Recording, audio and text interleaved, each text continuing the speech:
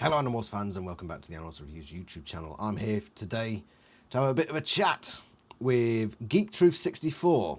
So Geek, please introduce yourself, tell me who you are, what you do and what brings you here. My name is GeekTruth64 and I'm here to talk Animorphs. Seems appropriate on the Animorphs Reviews YouTube channel. I've done a few Animorphs videos on my channel, but I thought this one would be pretty good to go up on the Animorphs Reviews YouTube channel. I talk about stuff that's geek related depending on what's happening at the time. Currently talking about some Star Trek stuff on my channel, but primarily I've been talking about physical media, Blu-rays, 4Ks, that kind of thing. So really just doing whatever I'm interested in and putting up some videos. I can see your room behind you. You look like quite a collector.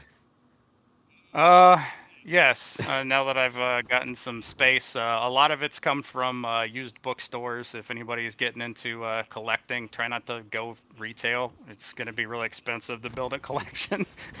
Try and buy used if you can. How much of the Animorphs series have you got back there?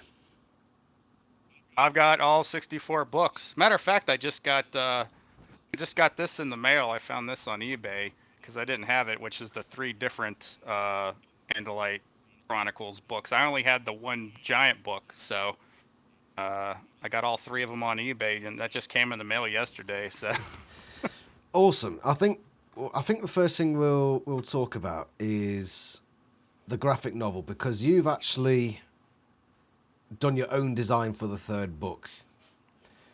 So the one that's been put forward by Chris Grine is with Tobias in his Chris Grine adaptation, Super Saiyan Tobias falling into the Eye of the Hawk. Can you explain? yeah. I'm going to flash it up on the screen for editing.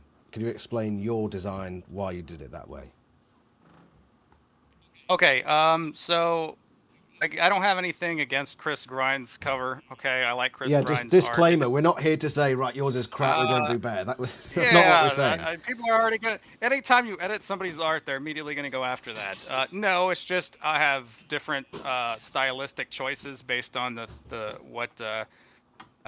what Chris put out, and some of the things I changed for me. If you look at the first two books, the colors on the first two books, which I have them here, are definitely a lot brighter, a lot more color in these two books. Sorry if the glare was you couldn't even see that, That's why but I've got them here as well. uh, broader. All right, so that uh, the colors I think popped on first and second one. I think the colors are pretty dull, and a big piece of that is because of the hawk, obviously in the background.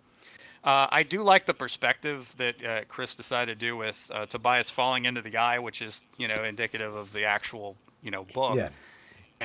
But I think that for the choices I made on mine, I wanted to go with purple because the actual book is the original number 3 was purple. So I thought purple also popped a little bit more. Uh, Also, if you look at the first two books down here at the bottom, where it has the title in Chris's cover, he doesn't have black on the background, but he had black on the background on the first two. And so I decided to put black on the background in there at the bottom to make the title pop out a little bit more. So I thought that was kind of secondary, but I think it looks a little bit better. Yeah. Um, and it kind of covers a little bit of the surrealistic, uh, beak on the way Chris drew the hawk. I don't know if his mouth is supposed to be open or that's the beak and it's just drawn kind of strange. Um, and I also made Tobias look more like he did in the for the cover Yeah, model that's from the book. clearly the biggest change in the picture is of Tobias. So Yeah, why the? I, Because that's clearly how he looks on the book 3 cover. You prefer that design for Tobias? yes, I don't mind the second model that they use, like, because I think they describe him in the book as being dirty blonde, having dirty blonde hair. But obviously, when I first got into Animorphs, I was a kid, and the first two books I got were book 3 and 4. And so when you're a kid and you're looking at the cover, that that's the character. Like that's what your mind associates with who that character looks like. It doesn't matter how the book describes it. It just matters like what you associate with it. So, um, that's why I went ahead and changed him. And then I wanted to have him mid morph because that's kind of a big thing in the book that he's a hawk now, and the way Chris draws the mid morphs is that's my probably my favorite thing he does in the graphic Yeah, novels he is the way does he a does really the good mid job of morphs. that. It does a Yeah, so fantastic job of that. yeah, it just it looks kind of creepy and terrifying, and that's the way it's supposed to look. So I'm just looking at I book thought maybe two's that. morphs in the first scene now. It's horrific. Yeah, especially when they're doing the bird morphs, um, in the second book, like that. So yeah, I kind of wanted I would have wanted to do a little bit more, but I also wanted to still look like a human. Um, and I just changed the colors of the clothes to match a little bit closer to the cover model on the third book as well. I don't know if Tobias would wear this bright orange I yellow was plaid long Yeah, shirt. I was about to say that Tobias's design is probably the most controversial of all of them. Thankfully, he's not going to be around in human form for much. He's mostly going to be a bird, True, he's true. the long emo like blonde hair. Um, it's He a bit looks too too long for much me. like Yeah, he looks too much like Rachel. I did an Animorphs. I've done a review of the first two books on my channel, and one of the things I mentioned was the fact that the way Tobias is drawn and the way Rachel is drawn are very close together because the way Chris does human characters, they all look very similar in the face. They're all rounded features. So really, the only thing you have to really differentiate them is the clothes they're wearing, their hairstyle, and that kind of thing. And unfortunately, Tobias looks exactly like Rachel, except for he's not wearing earrings Yeah, in some of the panels. I'm looking at pictures of Tobias in the first book now, and yeah, he does look a lot like Tobias. The only real difference is that his hair looks not well groomed. He's basically he hasn't combed his hair, whereas Rachel looks like she has. That seems to be the biggest difference between the two. Well, Tobias being deprived of a comb would fit in the character. It does. He's It does. deprived of a lot of things. Apart from a lot of things, yeah. What do you think of the book so far, the graphic novel? Obviously, we're going to get up to book 6 minimum. That's pretty much confirmed at this point. How do you think they've started off? um, I like obviously you need the first book. The first book is very much required. It's obviously very exposition heavy. It has to be because of all the stuff that it explains in it. But overall, I think the first graphic novel was pretty solid. The second one, it's just the actual book that it's based on is dialogue heavy, and I also collect a lot of comic books, and so I'm familiar with that medium. And unfortunately, when you're adapting something that's has heavy dialogue in it, um, you it doesn't necessarily translate all that well to a visual medium like a graphic novel, and because of that, I think the third one will probably suffer a little bit Probably suffer even from that more as well. because it's Tobias talking to himself, essentially. Yes, I mean you could do some neat things with it visually. I mean you could have Tobias Human talking or having things, conversations or visual representation of the Hawk's mind. You could do some cool things with it visually for sure. Um, When but it comes yeah, when it comes to doing a review of it, I can't go into it and end up criticizing it for most of it being a bird flying around doing bird things. It's not Chris Grind's fault that that's the story and that's what he has to work with. We've got to expect that a lot of it is just going to be images of a hawk doing hawk things. So yes, we yeah, can't blame Chris and for you that. can't. No, I mean for me, if I was doing it, which I'm not obviously, but if I was doing it, I would. Considering that the majority of the people getting the graphic novel are fans of Animorphs, I think after doing the first one, um, you could jump around a little bit more to some more visual books. I don't know if you necessarily have to go in order.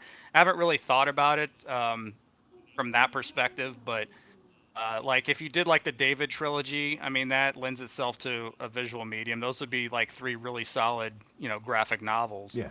um, based on the story. The Chronicles as well. So They would be good. the Chronicles, yeah. If you did, a Megamorphs 3 is my favorite one because of the time Oh, travel I aspects in fucking it. love that book. That is an awesome book. Uh, yeah, it's a lot of fun. I remember reading it when I was a kid, and I like time travel stuff. I mean, Back to the Future is my favorite movie, so I was like, hey, Animorphs and time travel. This is exactly what I'm looking for. So, That was I remember as well. That was the one book where I looked at it and thought it's pretty self-consistent, which with time travel is very, very hard to do. But yes, like it pretty much like within the rules that it lays out for itself with the time matrix for the most part works. At least as a kid reading it. Like when you get a little bit older and you're reading it, you can any time travel story you can pull out inconsistencies. But as far as time travel stories go, I think it was pretty solid. yeah, so it'll be. I don't think we'll get that one, unfortunately. I think he's just going to concentrate on the main series. How far he gets to that, I think it would just be that. I don't think we'll get the Chronicles. It's just a shame because I think something like the Hawk Chronicles would be fantastic in this form. Brilliant, because Yeah, that's my favorite Chronicles book. just the imagery It's the, throughout that book is yeah, and the amazing. the art, the art for the cover, the interior art is there's the art obviously for the covering of the book, and then there's art for the actual hardcover. um, which that heart like with them on the Horbiger planet and the large trees, like that's just a nice piece of art that I think would get people into reading. You're like, oh, there's some aliens, Yeah. So I think that's of all the books Chris Grind could do. I think that would be the one I would want the most. It's not the best book in the series to me. I think it's really good. I think it's top 10. But the imagery and what he can do with that in the graphic novel medium, I think it would blow everything else away. yeah, I mean, I think ultimately going in order is like there's definitely plenty of arguments for why that's the way to go. And to be honest, considering a lot of the adaptions, reboot sequels, and all the other stuff that we get that are terrible, at least this is like pretty honest to the actual book. So I mean, that is really rare. So I definitely give them props for that. There are very few things that actually deviate. I'm trying to think of one off the top of my head now. It's been a while since I looked through these. What were the deviations in these two books? I don't know if there was some stuff taken out. I haven't reread the original books in such a long time, but I read them so many times. Whenever I was a kid, it's just kind of like I know all the Cliff Notes versions of the of the stuff that happens in the books. But I think one of my only inconsistencies with some of the graphic novel stuff was more like Wizard 3's eye stalks not moving and panels And his chin. uh, yeah, I didn't even notice that till you did. Like, I mean, I did, but I was more focused on the eye stalks, and then you started, saying he was a Crimson Chin. And I was like, oh, like Jay Leno Visitor 3 over here, and I was like, oh yeah, I guess, yeah, I can't unsee that now, Yeah, unfortunately. sorry. Uh, yeah, yeah, and you were like, look at all the junk in his trunk. Like, then that one panel, he had like a huge, Yeah, look. he had a huge. Yeah, I think that's just Chris Grind's design. But Uh, yeah, the Stalk Eyes don't move very much. I think once we get to book 4, I think that's the criticism I think he's mentioned, and he'll probably take on board. So we'll see what happens in graphic novel 4, which I think will probably be the highlight of the first 6 in terms of imagery, because you've got the dome ship and all the Andalite yes. flora and stuff like that. I'm excited for 4 because 4 was the first book that I read. Because the cover like caught my eye whenever I was a kid. Like we used to have scholastic book fairs, and they would travel around to different schools, and they would set up shops and and sell books in the schools. And I saw Cassie turning into a dolphin on the front, and I was like, yep, I gotta read this book. So that was the first one I got, and then after I finished it, I got the third one. So read them out of order. So which one do you think will be the best of the first 6? You think 4? Um, Because let's face it, 5 we might. can't judge him on plot because that's already set in stone. He's not going to change the plot much. It's going to be about how he adapts each of these plots in terms of visual. Yeah, I think 5 might be the best. Probably. I think 6, with depending on how he handles it visually, I think there are some really cool things you could do visually with Jake and the Yerk in his head. Like I can think of like cool panel layouts and some cool things to kind of show that. I mean, I mentioned it in my review of the first graphic novel. He did a panel where Tom is talking to somebody at the sharing, and in that panel, he just looks. You could just tell like Tom's kind of in there, and and that one panel has like more emotion, I think, than any of the panels in the whole book. I'm trying to find it now. So So Tom is talking. yeah, it's whenever they go to the sharing in the first book. Not sure what page it was on, I think but I've found it. Oh, have I? No, I haven't. Well, let's not get caught up on that because I'll be here for okay. ages. Oh no, here it is. Yeah, it's this one right here. Yeah.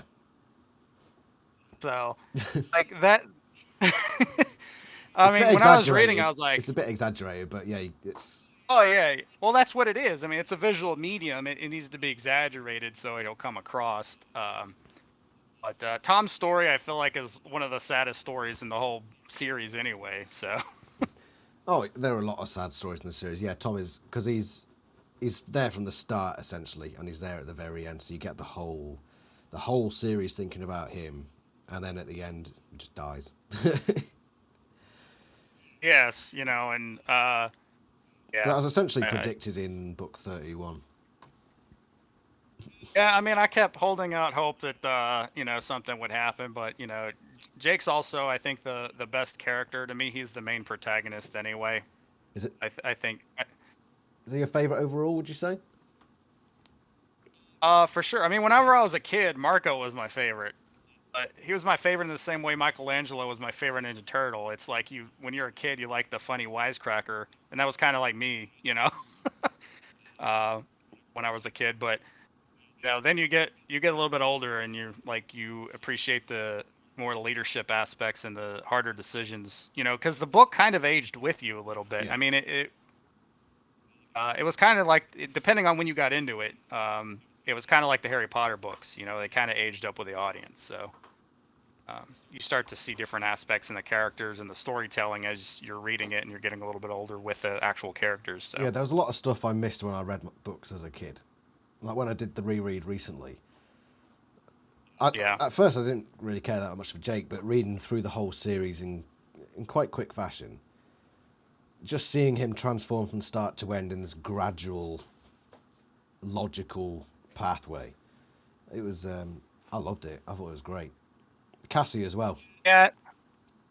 Yeah, Cassie I thought was so annoying whenever I was a kid. I was like, all she does is just tell everybody not to do anything, you know. But again, as you get older and you're kind of seeing things from that perspective, you kind of see how everybody on the team and it's also what's important for like any kind of story and characters and team dynamics. It's like everybody in that team does play a very specific part, and that you saw specific books where what would happen if you took a character out, how that book would play out. I can't remember what the book number is, but it's your I think it's your least favorite. It's the cheetah cover. 37. Yeah, I don't, because Jake's gone for most of that book, It just right? turns into an absolute catastrophe. Yeah, I mean that's why I like it, but I like that it's a catastrophe because that's what happens when you take one of the characters out. Yeah. It just shows what happens. And that's not the reason I hated it, though. There are so many reasons why I hate that book. It's my least favourite of the whole series, Alternativos included, for a reason. There's just nothing right about it. Every other page, there's some really heinous writing. Of course, I haven't read a lot of these books in a very long time, so it's just from what I remember from all of them, and then like whenever I watch your reviews, it just all the stuff that I remember from the book just like comes back, and I'm like, oh yeah, I remember all that stuff now. So, but I mean, I also like that. Well, at least from what I remember, that's that second Helmicron book, even though everybody hates that book. So. Yeah, that one's not doing too well in my little knockout series competition at the moment. Yeah, I saw that it's about to be the worst book in the series. Certainly the worst canon book. No, I didn't like that one, I'm afraid to say. But the only thing that puts it above the weakness for me is that the fact that it knew that it was taking the piss. Just by reading it, you knew it was self-aware, which the weakness wasn't. Well, like to me, both Helomicron books, they're dumb because the Helomicrons are kind of dumb. So it's like there's certain episodes in Star Trek that are kind of like that, where you're like, this is kind of dumb, but it's like dumb fun. Yeah. Oh, don't get me wrong, there are a lot of dumb fun books, like The Experiment, The Unknown. I really like those books, and they're filler. They're like pure filler. I really like that's Experiments. That's a polar bear book. I associate it more with the animals. No, that's the cow one. The Experiment. Oh, that's the one where the cow and the cow gets the power to morph or something like that, right? No. You need to catch up on your Animorphs knowledge, you. Is that isn't the one? Or that's not the one with the 28th Experiment with Axe morphing the cow on the front. Oh, I'm thinking about the buffalo. The Cassie morphing buffalo. That's the one where Visser 3 wants to figure out a way to eradicate free will by testing on chimps. It's just so cliche. I love Visser 3 plots. Visser 3 plots, it's clear that he put a lot of thought into them. Oh, God. I think it's about time I asked you, any least favourite characters, any characters you didn't like in the series? Eric, I thought was, he was interesting at first, but then he became less interesting as the series went on. Just because, it wasn't... the idea of it is very interesting, and that you basically have this strict pacifist who can't actually be involved in stuff, but there's so many things that he does that have indirect involvement that he knows as indirect involvement, and sometimes he'll do stuff and sometimes he doesn't. It becomes so it's very inconsistent. Yeah, and I think he could have been a cool character in a different way of looking at the war that's happening, but unfortunately I just feel like it became pretty convoluted. Favorite and least favorite book of the series? I don't know if I have a favorite. I really like the David. Every time I think of Animorphs, the David trilogy is one of the first things I think about. I do like the ending, but I don't know if I'd put it as my top one. I like Megamorphs 3. That one's pretty solid. I don't know if I have a favorite, to be honest. I've got a top 10. I did a top 10 list a few months ago, and I don't know where I put it at. My favorites are 47 and 41, two books that most of the fan base don't like at all. Which one's you have to tell me like I said, I associate more with the animal covers than the names, because the names are very boring, to be honest. Book 41 is The Familiar, which is Jake morphing his older self on the front cover. Okay, yeah. I didn't mind that book. I hated it initially because I don't like the trope of it's a dream or stuff like that. But I just remember I had a lot of interesting visuals from what I remember reading it. Yeah. So yeah, I don't think that's a bad book. I wouldn't put that in my bottom. Yeah, it's just a dream trope.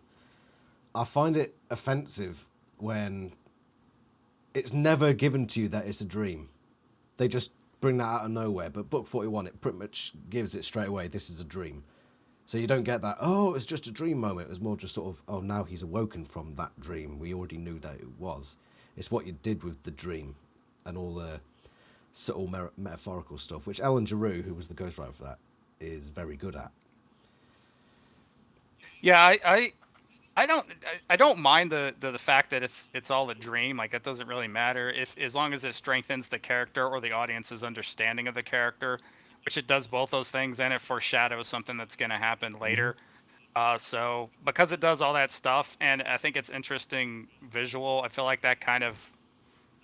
that's more important than the fact that it's a dream and that it doesn't matter. I mean, you could make that kind of argument for a lot of the stuff. Which issue is it? Issue. I think in comics, Book number 8, when they introduced Elemist at 8, 7. 7. Yeah, the grizzly bear one. Yeah. And they Elemist like takes him to the dark future. They did it so great in the TV show, by the way. It was such a great episode of television. Are you being sarcastic? They just put a yellow tint on everything. And put some CGI ships in the background. Yeah, you know, I explain away and forgive the TV show for a lot of stuff, but yeah, that was not so good. But anyway, like, I mean, you can make the same argument for that you know, that future was just a made up future from the Elemist, and it never actually happened, so it didn't matter. The only impact is on the characters seeing it. So I mean, you can make that argument for that book as well as you can for the Familiar as well. Yeah, I think the Familiar would make a good Chris Grine graphic novel as well. There's lots of great imagery in that book. But my actual favourite book of the series is book 47, which is The Resistance, with Jake morphing the beaver. Oh yeah, that was pretty good. That was the one where he did the where he had like one of his ancestors' journals. Yeah, Isaiah Fitzhenry. Yeah. A lot of people don't like it for that. I mean, from what I remember reading it, I just found that to be not very interesting. It wasn't as interesting as what was happening, you know, with the Animorphs. But again, it goes to the actual character and the decisions and thinking. Yeah, I can understand why, as a kid reading the book series, you wouldn't be interested in that, because it's nothing to do with the characters that you like. When I was a kid, I skipped over those bits. It was basically half a book. Because I saw it and I thought, I'm not interested in this random character. Why do I want to read about him? Not relevant to the story, but as an adult, reading it back and seeing how it actually connects in terms of themes. Yeah, I mean, I read it. I paid for the book. I'm going to read every page. The amount you have to pay for it these days as well. Oh, yeah. I mean, looking on the secondary market for these books, they're pretty crazy. Some of them approach £100. Probably about $150. Maybe that's exaggerating, but it's a lot of money. Yeah, some of them, especially if you're just looking for like 1 or 2 to like complete your collection or something like that. Yeah, they're pretty hard to track down. I mean, I have all of my original books from when I was a kid, and I was a part of the Animorphs Alliance fan club, and they had 2 fan clubs. Animorphs did. There was Animorphs Alliance fan club, and then there was another one. But they sent you some stuff in the mail when you were a part of it, and you got some books. You got some of the books. I already had them, but got little goodies. Have you kept any of those goodies? Yeah, I still have everything. Yeah, I got like yeah, I've got the. You probably can't see it, but I got a poster right back there. Where is it? It's down on the bottom of the screen. Oh yeah, I can see that. Yeah, it's an Animorphs Alliance poster. So. Oh, you lucky git. Wish I had that in my collection. Yeah. Yeah, I got that, and then like there was a necklace or something.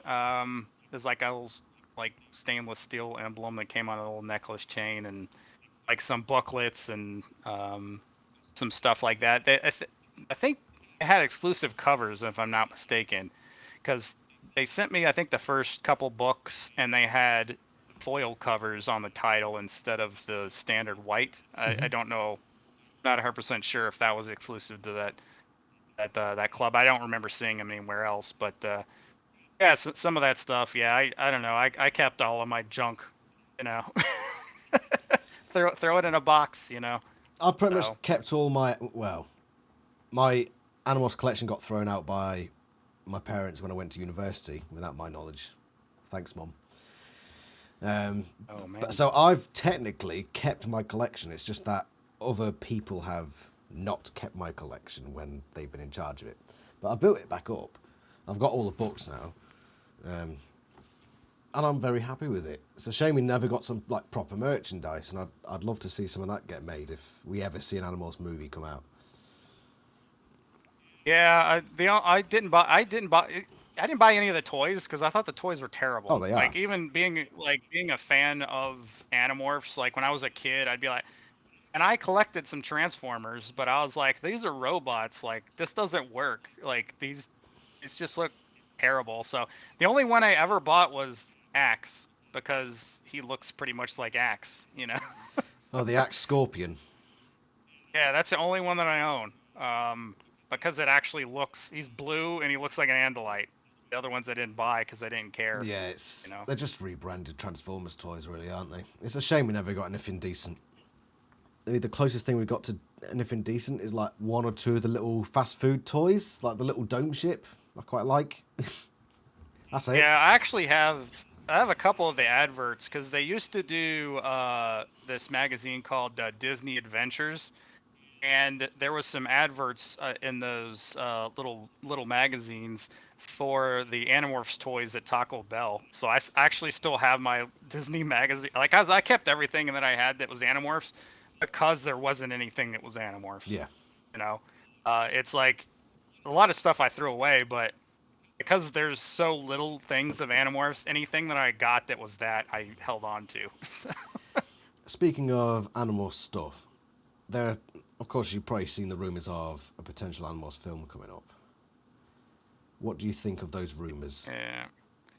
Well, I did a video on my channel, shameless plug for my channel, for Animorphs fan casting, because I do graphic design work as well, and I designed a movie poster for the movie. The casting, I just picked people that I thought might be okay, but best thing to do is just hire kid actors. I personally think it would work better as a animated Netflix show than it would a movie.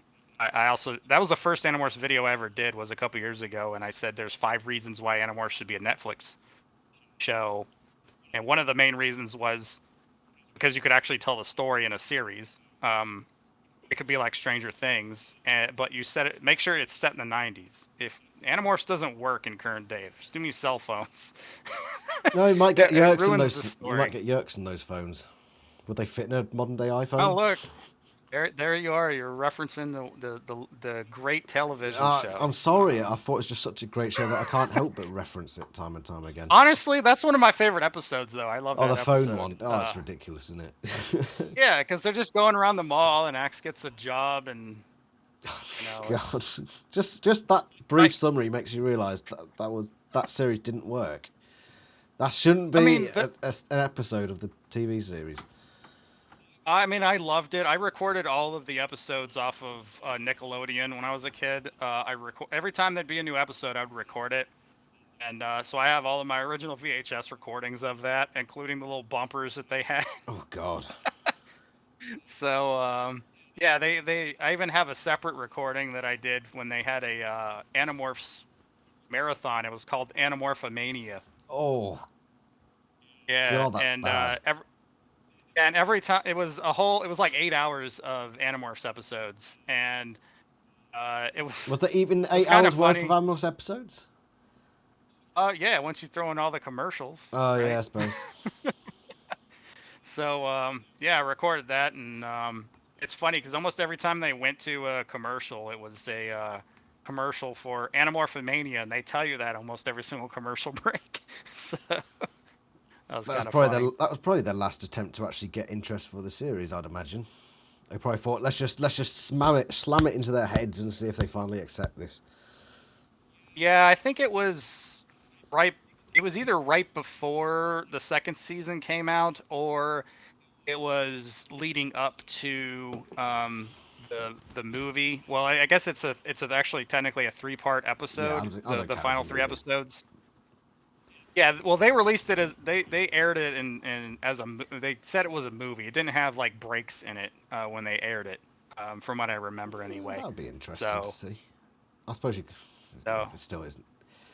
Do you think there will be an Animorphs movie? Do you reckon that's going to happen? Probably not.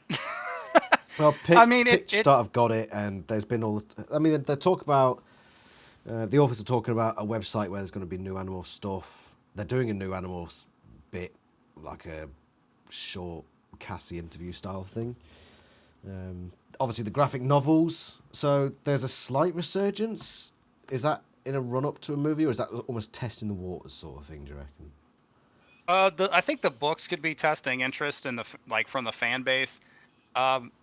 The reason why I say no is because there's lots of stuff that just gets because I do a lot. My channel mainly what I cover is obviously movie reviews. That's what I started the channel on. I don't do as much of it anymore, but I'm a big movie buff, as obvious by all the movies behind Hmm. me. Lots of these projects don't necessarily get off the ground, and based on the information we've got initially, it doesn't seem like it's gonna happen. Also, I'm like I said, I would have more faith in it if it was an animated series that was going to a streaming platform, Hmm. because the streaming services are going to put money into they put money into all kinds of different stuff.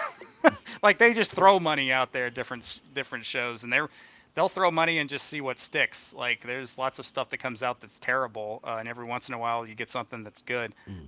Um, so I think that it would work. I think it works better as a series. I don't think it's going to work all that well as a movie. I'm interested to see anything that's Animorphs related. Don't get me wrong, um, but I don't think a movie's the proper way to go because you're never going to get the ending like that.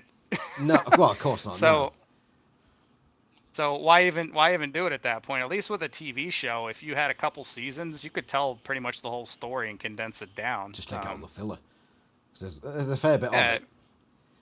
Given that it seems to be based in Hollywood, where we're getting this supposed movie coming out soon, do you think there are high hopes that if they do come out with one, that it would be good? no. The Hollywood track record. Um, no, I mean, my issue with it is Hollywood doesn't really care about being honest to the source material. It's fairly evident, and a lot of people who are put in charge of running existing IPs just want to utilize it for the fan base. They want to utilize the fan base, but they don't want to adhere to continuity. And if the fan base doesn't just automatically eat up whatever it is, then they're like, "Oh, well, shut up and take this," you know. Yeah. So I don't really have much faith in it. Part No. of me wants to hope that it's good, and there's still that little glimmer. The fact that the original authors pulled out of it, I'm not sure if that's a good or bad sign. Usually it's a bad sign, but I don't know. Even if it just gives the series a bit of a boost, I mean, it is a series that's still lodged somewhere in the corner of everybody's mind. Yeah, don't get me wrong. I would like to see it. It's just would I watch it versus do I think it's going to be good? Would I watch it? Yes. Do I think it's going to be good? Probably not. And part of what's going to go, multiple things are going to go into why I think it's not going to be good. For one thing, I don't think that they're going to be honest to the characters or the story. But even if they are, they're going to suffer from the same thing that the graphic novels kind of do, and that you're really only getting a setup to a story that you're never going to see the end of. Yeah. So that automatically takes away from it. Think about all the movies that they've done over the last decade or so, where they set up a sequel and then the sequel never came out. I And don't how watch many many? movies, so I don't know. You're Okay, I'll tell you, there's a lot of movies, especially adaptions of older like books and stuff like that. There's all kinds of because what it is Hollywood just is in the business of farming IPs. They'll get intellectual properties and then pump out whatever it is that they can. They really aren't into originality anymore. So yeah, chew it up, spit it they'll out. pump. Yeah, and that's the way that they view it. And so yeah, I don't know, but I also try and go in with as low as expectations as possible these days. I So suppose what we got to hope for is that even if the movie is crap, it just reinstalls it into people's minds. Because as I said, it is lodged in. The meme still makes its rounds all the time, everywhere. In the past year, I watched like various different shows on YouTube, and the Animorphs meme has popped up.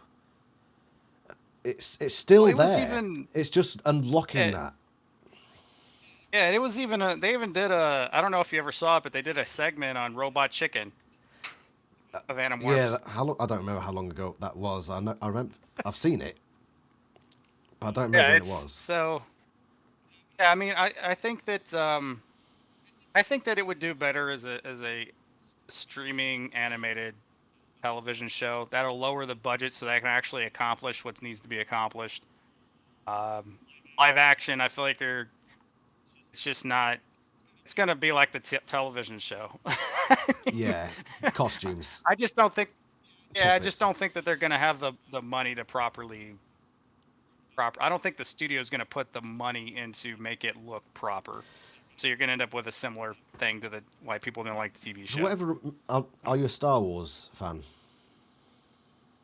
Yeah. Yeah, I know you can't see it because it's in the dark, but I've got a Yoda stand up over there. So Before I go into what I was actually going to say, my fiance had never watched Star Wars, so I sat her down and made her watch. I was going to watch 1 through 6, as in prequels, then originals, not bothering with the sequels. We've got through the first 3, so we've got through the first 3 prequels. She didn't like the third one because she said it was too depressing. yeah, I mean, my girlfriend hadn't seen it either, and so I said we're gonna show the original trilogy first and then watch the prequels. Yeah. So Did that work? I think it worked a little bit better because some of the reveals in the original, if you watch just the originals first, they stand out a little bit more. Like, you know, Darth Vader being the father. If you watch the prequels, you already know that, so it's not really a big reveal. So Yeah. Yeah, so I suppose. So I think it kind of works better that way. But there's an argument to be had about watching the prequels first. I like the. Sure, I like just the don't prequels. watch the sequels. I like the prequels. I'm not ashamed to say it. I like I the like political aspects stuff. of it. I like that. It's the same with the Animorphs series. I don't get the action scenes as much. I like the subtle machinations in the background and all that, which the prequels is filled with.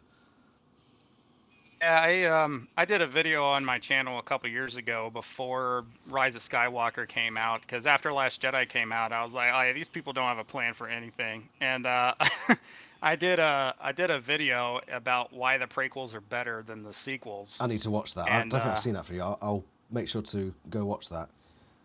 It's one of my earliest like videos. I think it was the first video I had that like kind of blew up, kind of. Before my Game of Thrones stuff, which, you know, that kind of did it. Yeah, I remember watching a lot of videos during season 8, just because I sat down with. We watched the first 2 episodes, and I was sort of like, yeah, I guess I'm following along with this. And then I sat down with my brother and his girlfriend to watch episode 3, The Long Night. And by the end of that, they're like, yeah, I quite liked it. And I was there like, that was shit. I did videos prior to the final season coming out, and then I did a review of episode 1, episode 2, and I was positive. And then episode 3 came out, and I did a rant video. Yeah. And that video like blew up, and a lot of people really hated me. Why, though? I guess You're like history's right. kind of. I know it's subjective. Well, yeah, but when you're kind of the first. When you're among the first people to kind of come out and say, "Hey, this isn't good," that's when people pile on you. But then when everyone agrees, it's that collective mind thing that humans are so often susceptible to, unfortunately. Yeah, exactly. Yeah, as soon as it becomes more acceptable to not like something, then it's like, okay, well now it's acceptable for me to not like this. Like, no, you can have your own opinion. I mean, it's okay. I'm guilty of it too. If I don't like something and I think I'm going against the grain, I go online and see if it's just me or if anyone else agrees with me. If anyone else has the same issue, I do that, and Yeah. there's a little validation in that, and it shouldn't be that way. If I'm the one person who thinks something, I shouldn't have to look around to find, oh, does someone else agree with me? But that's the way it is. I mean, there's also denial. I mean, I've done it too. Like when I first saw Last Jedi, I walked out. I was like, that wasn't bad. And then but everybody, like a lot of people didn't like it, including the people I was with. And then I talked to them to kind of get their perspectives on it. And I was like, hey, maybe you're right. And I went back and watched it. And I was like, oh yeah, this is trash. So you can definitely change your opinion. I mean, I think my brother and his girlfriend did as well, because they, as I said, they came out of that 3rd episode thinking, yeah, it's all right.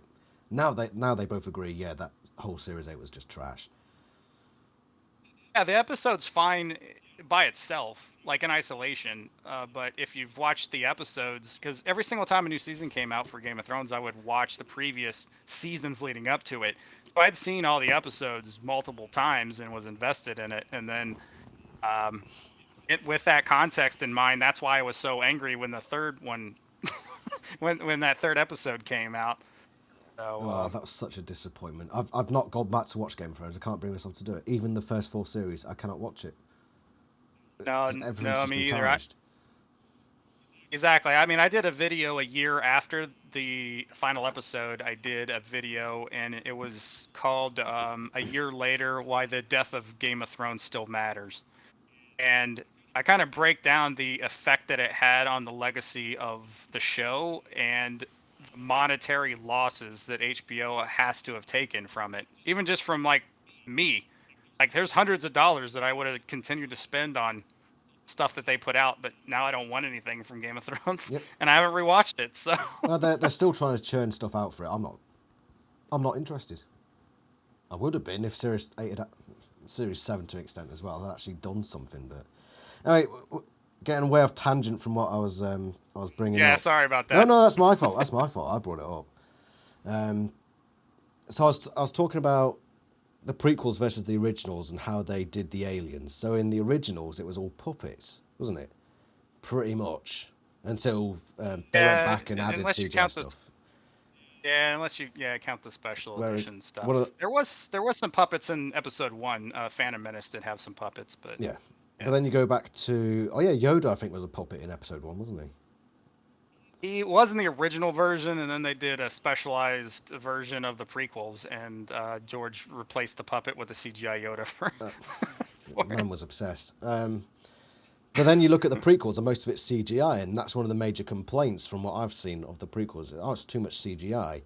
Animal seems to be the opposite, where everyone complains about the puppet aliens and say, "Oh, it should have been CGI; it would have been a lot better." It seems to be flipped.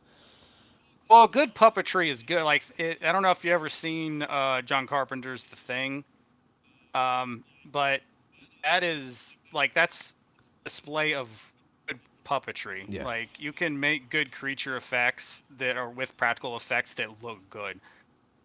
The reason why I think the reason people crap on the TV show and and the fact that the puppetry is bad is because we don't have the budget to do proper puppetry. Like, it's just bad puppetry.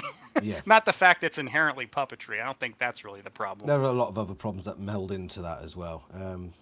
But well, something I was going to say there. This happens to me sometimes. My memory is shit. Something about the... it happens. I'm 30 now. You know, old age is creeping in. Yeah. My back. Just like Tobey Maguire in Spider-Man. I think... no, I think I'll abandon that now because I've completely forgotten what it was I was going to say. But I think, all in all, a movie might have its positives in just bringing it back to people's attention, even if it's bad. I mean, there's going to be subcultures that pick it up, and because the universe in Animorphs is brilliant. It's one of my favourite aspects of it, just the vastness of it, all these different alien races, different cultures, and people do like that sort of stuff. So even if it's a bad movie, but we can just slip that intrigue in there, it could bring about a different sort of reaction from a new fan base. I think that you're right in that if you go into it with expectations, I don't go. Like I said, I don't have any faith in them properly adapting it. I don't know if they're going to be able to get in, like, properly showcase like alien aspects in a movie. I don't know. Like I said, I would be happy to see anything that's Animorphs related, but at the same time, like, when it comes to anything coming out of Hollywood, I had to manage my expectations. So I think at the end of the day, the authors shot themselves in the foot when they made the conscious decision to make the wackiest aliens possible. well, that's what I liked about it. I like that the alien, because I'm a big Star Trek fan, and part of the reason why all the alien, like, I love Star Trek and I love all the aliens in Star Trek, but main reason why they all look humanoid is because of budget reasons. You know, put some facial stuff on there, and that's not really the point of Star Trek anyway. It's really the cultures that are different in each Yeah. one of those alien races. Uh, and that's similar in Animorphs, but because it's a book, you could create stuff that's completely off the wall. But You but know? it does mean that you can't. It's much harder to adapt it to any other medium, which is probably where the. I think that combined with the fact that it was episodic book form, like mini books, I think that was a detriment to the sustainability of the series. Because if you look at Harry Potter, they were big books, and there are only a few of them. Oh, I was angry when Harry Potter came out Why? because like the reason why I was angry about it is because when I was a kid reading it, you know, I started to get some kids interested in Animorphs because I wanted somebody else, you know, other people to read it, and hardly anybody was reading it, at least from where I was. Um, you know, and then Harry Potter came out, and everybody, you know, hyped up Harry Potter, and everybody talked about Harry Potter. Everybody read Harry Potter, and so I hated it because it to me it took away from the Animorphs books. And then when the Harry Potter movie came out, I was like, "Where's my Animorphs movie? How Yeah. come I only got this TV show?" You know? What do you think is the main difference? Harry Potter, specifically in this example, but expand it to other successful series. What did Animals do wrong? Why did it not carry on like Harry Potter did or other successful series? Because it's got all the ingredients, I think. To me, I think that I mean I like the TV show. I mean I like it through all of its faults. You know, there's several episodes I can pretty much quote because there's you know, like the axe going to the theater episode. I mean that I love that. Uh, but it's also it was detrimental to the series because if they would have done like a Saturday morning cartoon style thing for Animorphs, more people would know about Animorphs now. You reckon that's because Uh, they chose live action over animation back then in the late 90s? yes, yeah, because what it was the just like what the graphic novels are doing now. I feel like they're gauging interest in it. Uh, there was interest in the books, which is the reason they did a TV show, and you know the obviously the ratings for the TV show weren't very good. I mean, it didn't like there's multiple other shows on Nickelodeon that lasted multiple seasons past what Animorphs did. So obviously it wasn't doing very well in the ratings, which is the reason it didn't last. And it's because they were really incapable of covering some of the aspects of things like you're talking about, like aliens. There's hardly there. Like they just didn't have the budget to do the show properly. I've had a So thought really. It would be interesting to go back in time and go to that first boardroom meeting where they decided live action or animated, what the justification for live action was. But part of me thinks back in the late 90s, that's when you started seeing teen idols, like young oh yeah, celebrities. Maybe their reasoning for it was, oh, we can make 6 big new names from this series, big new actors, yeah, it's hard to tell. which probably Trying to backfired. remember.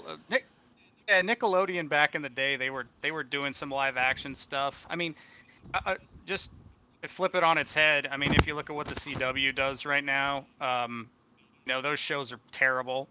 What's And CW? Sorry. yeah, so the CW is I don't, it so there's like 5 major news channels, like the big news Hmm. channels, and so the CW has like Batwoman and um what other stuff? I don't watch CW anymore. They have like Riverdale. Um, yeah, I don't want to. Anybody who enjoys those shows, I'm not trying to crap on you or anything, but like CW is like a teen drama show, and that's you know I think that initially maybe that's what they want to do with Animorphs. I don't know. Like if you actually try and pinpoint like a genre for the Animorphs TV show, it's kind of like what does it really fit into? I think what backs up. I mean, this is an idea I've just come up with as we're coming into this conversation. The fact that Oh they yeah, I wanted don't to even make know what I'm talking they about. wanted to make celebrity they wanted to make celebrities. So they thought we'll go live action and see if we can turn these 6 actors into celebrities. Well, you get something like the Meet the Stars book, if you remember that one, where the whole book I is own it. Well, all they're doing is talking about these actors and how they're going to be the new big thing, trying to push that side of it. That's probably why they chose live action, from my opinion, right now. And that's probably I what think killed Animorphs. I think it was the. I feel like they just wanted to do a popular show, and or they wanted to do a show that was based on something, and they're like Animorphs. People were reading Animorphs as a popular book. Nickelodeon targets the same demographic, age demographic. So I mean, let's do a live action show and put it out there. Nickelodeon was doing a lot of live action shows around that time, and Primarily, wasn't it? I feel like they do what? Wasn't it primarily live action on Nickelodeon back then? No, you still had like Nicktoons and stuff like Oh, that. You okay. still like SpongeBob was, I think, already out at that Hmm. point, and you had Rugrats, and Okay, yeah. you had this stuff from the '90s like Real Monsters and Hey Arnold, and they had Nicktoons, The and it classics. would have been better as a Nicktoon, to be honest. Yeah, I think you're right. um, I think you're absolutely right. so I think, but they also had some live action shows. They had multiple live action shows at that time, mostly comedy shows, but they had. I don't remember if Goosebumps was still airing at that time, but they were in. If they weren't, they were in reruns. They also had Are You Afraid of the Dark, which was a Nickelodeon show. So they had a lot of like live action shows on at the time, and I felt like they just underestimated what was required to do an Animorph show. Like they Surely was they like, "Hey, this thought is of that. popular. Here we go." Surely they went into the No. board meeting and said, "Right, we're going to do live action. What do we have to film again? Blue centaur aliens with scorpion tails. I'm sure we could do a puppet of that." Well, that's what I mean. It's like the hubris of Hollywood. Like, oh, we could do that for $5, sure. And the result we got was, I mean, it's fun. I can watch the Animal series and have a laugh at how bad it is.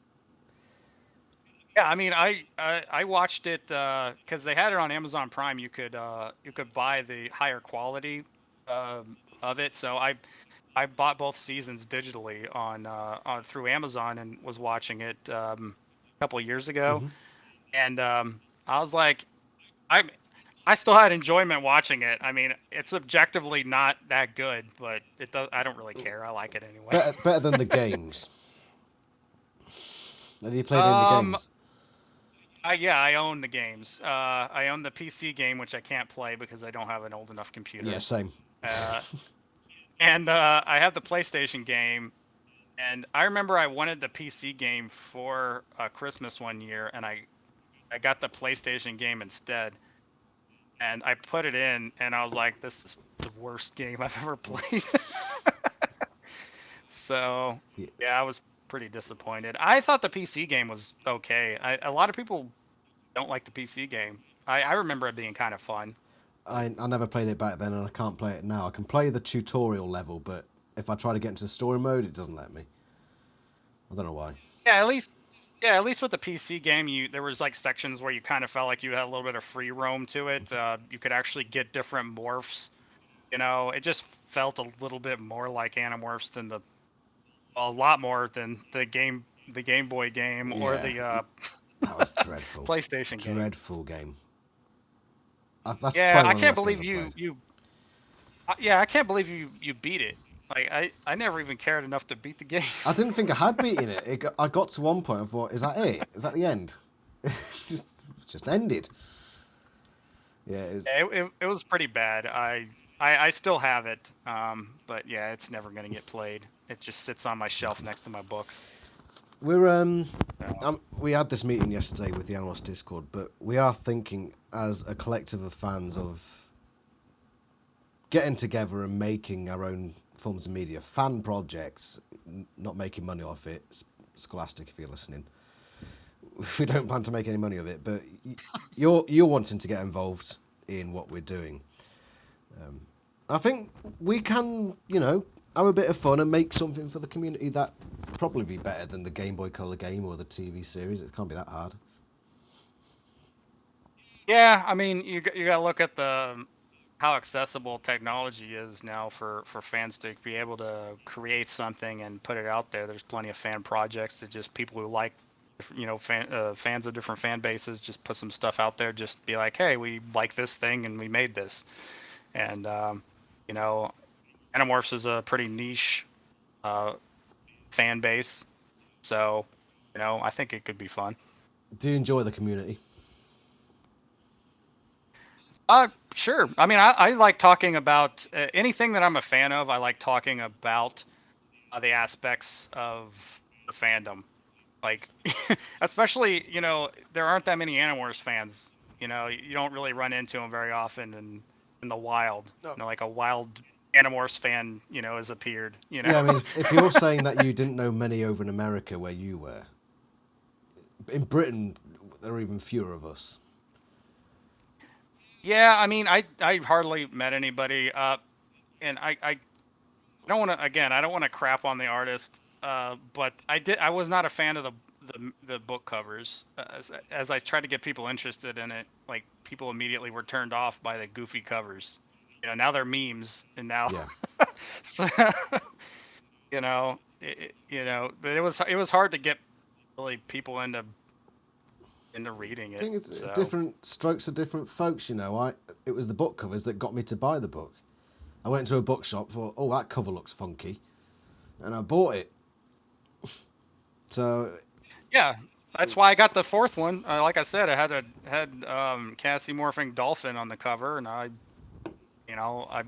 was a kid. I liked animals, and I was like, hey, this looks like an interesting cover, and I read it. And it's always weird the way you as a kid interpret what the description of some of these aliens are, and then you see the book, and you see the cover with axe, and you're like, well, that's nothing what I envision an Andalite to look like. I can't even remember what. Now, I remember when I first read book 6. I think must have been the first book I read because I had no idea what Axe looked like, and I must have skimmed over his description because in my head he was just a person with a big squirrel-like tail. That's not what. Yeah. I literally envisioned a literal centaur with extra eyes, and it was a horse body, and the tail was an actual scorpion, like an actual exoskeleton of a scorpion tail. It could well be. There's a lot of artist interpretations. True, but then I saw once you see the cover, you're like, oh, that's what it's supposed to look like. That's kind of the only thing with cover artists. Who did? It's like no matter what you describe in the book, if the cover art looks different than what you're describing in the book, more than likely you're going to associate it with whatever you visually see in your face. Who did it better, Romus Kukalis or David Mattingly, the Andalites? Because of Romus Kukalis, you got the Andalite Chronicles and Hortbridge Chronicles covers, and Visser, I think. Yeah, I like what's her name? The female and Aldrea. Aldrea, yeah. Okay. Yeah, I like the way that she was drawn, and my favorite picture of an Andalite is probably Visser. To be honest. Very intimidating. Yeah, just the only thing with all the Axe covers is they look like bad 3D models now. I mean. Oh yeah, now of course. But if you talk about 90s. Yeah, well, that's why an illustration's going to hold up better than a 3D model from the 90s. It's just what's going to happen. Yeah. Yeah. So I can't really give him too much crap. Okay. I've really enjoyed talking to you, but there's one vital question to end with. If you had to morph, become any animal novelet, what would you be?